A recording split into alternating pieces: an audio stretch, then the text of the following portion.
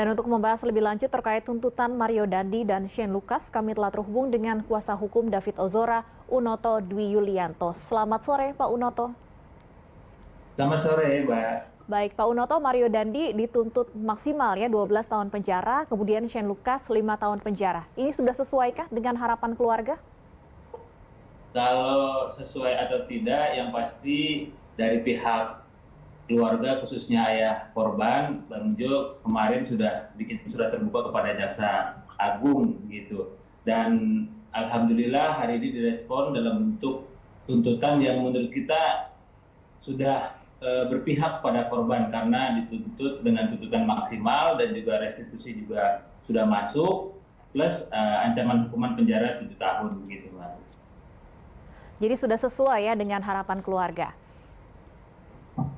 Kalau harapan keluarga, iya secara umum bahwa ini sudah adil atau tidak tentu tidak ada yang bisa menggantikan penderitaan anak David begitu. Tapi setidak-tidaknya dengan jaksa penuntut umum berpihak pada korban, kami sudah sangat bersyukur begitu.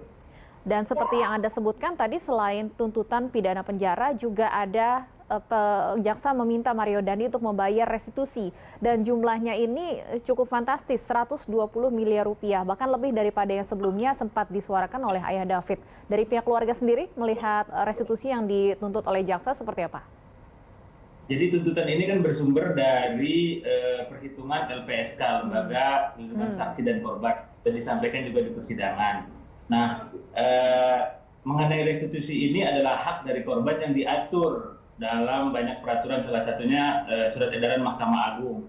Tapi sayangnya tidak ada ancaman yang secara tegas menyebutkan bagaimana jika restitusi itu tidak dibayarkan. Nah, jaksa dalam hal ini melakukan terobosan hukum yang dalam konteks hukum kita pelajari biasa dinamakan hukum progresif. Karena tidak ada aturan yang mengatur secara jelas, jaksa meminta kepada hakim supaya jika si pelaku tidak mampu atau tidak mau membayar, maka diganti dengan pidana penjara selama 7 tahun dalam perkara ini. Dan ke depan juga kita berharap hakim memberikan putusan yang progresif juga.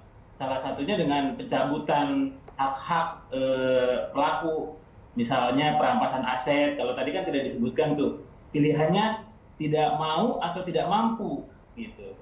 Nah, sedangkan itu kan berarti kerelaan. Tidak ada pemaksaan dari institusi dalam hal ini pengadilan. Nah, harapannya begitu nanti ada putusan, ada perintah sebagaimana dalam perkara-perkara tindak pidana khusus yang merampas harta jika ternyata dihitung tidak mencukupi, kemudian baru diganti dengan pidana begitu.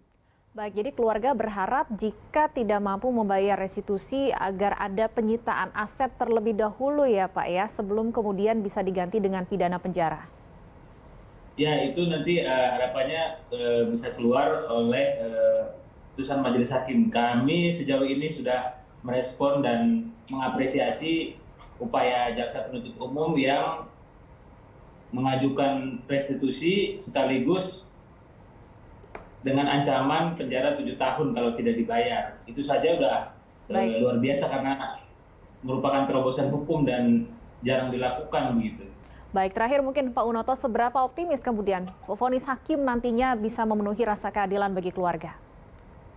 Sejauh persidangan kami mengamati respon hakim terhadap perkara ini, justru tadinya kami sangat yakin sekali pada majelis hakim, tapi ternyata jaksa penuntut umum juga sekarang sangat berpihak kepada korban, sehingga optimisme kami terhadap hakim ke depan semakin tinggi. Hakim akan memberikan putusan yang sangat adil dan berpihak kepada korban, karena bagaimanapun anak David ini posisi dan situasi sekarang masih dalam proses pemulihan karena menderita amnesia gitu.